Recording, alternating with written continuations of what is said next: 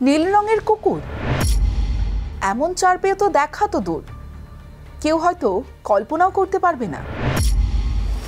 কিন্তু মানুষের কল্পনাকে ছাপিয়ে নীলচে রঙের সারমেয়র দেখা মিলল।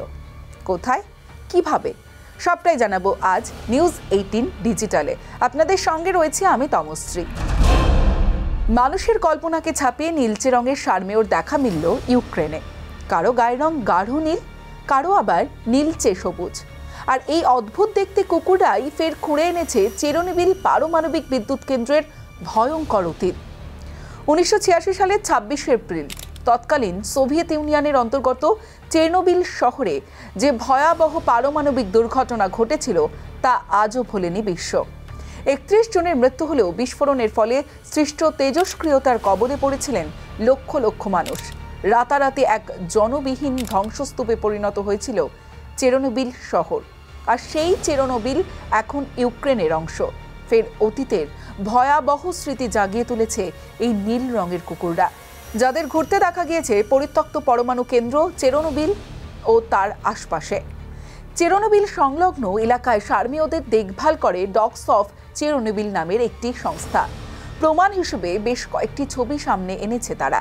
ভিডিও বার্তায় তাদের বলতে শোনা যায়, গত সপ্তাহেও এই কুকুরদের গায়ের রং নীল ছিল না, কিন্তু এখন এদের গায়ের রং বদলে এইরকম হয়ে গিয়েছে।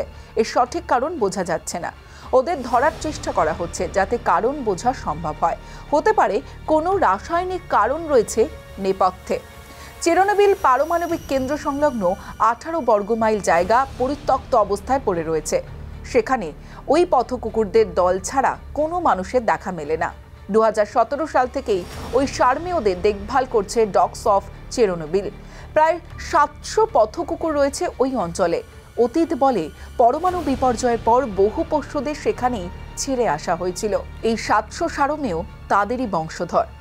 ডগস অফ চেরনোবিল তাদের খাবার, ওষুধপত্র যোগায়। পৃথিবীতে এখনো পর্যন্ত যে পরমাণু বিপর্যয় ঘটেছে তার মধ্যে অন্যতম চেরনোবিল। হিরোশিমা নাগাসাকির পর এটাই সবচেয়ে বড় পারমাণবিক বিপর্যয়। 1986 সালের 26 এপ্রিল পরীক্ষা চলাকালীন চেরনোবিল পারমাণবিক কেন্দ্রের একটি চুল্লিতে ভয়ঙ্কর বিস্ফোরণ ঘটে। সেখান থেকে ক্ষতিকর তেজস্ক্রিয় পদার্থ মিশে যায় পরিবেশে। আর সেই থেকে ওই পরমাণু কেন্দ্র এবং সংলগ্ন এলাকা পরিত্যক্ত অবস্থায় পড়ে রয়েছে, যা চেরনোবিল এক্সক্লুসিভ জোন হিসেবে এখন পরিচিত।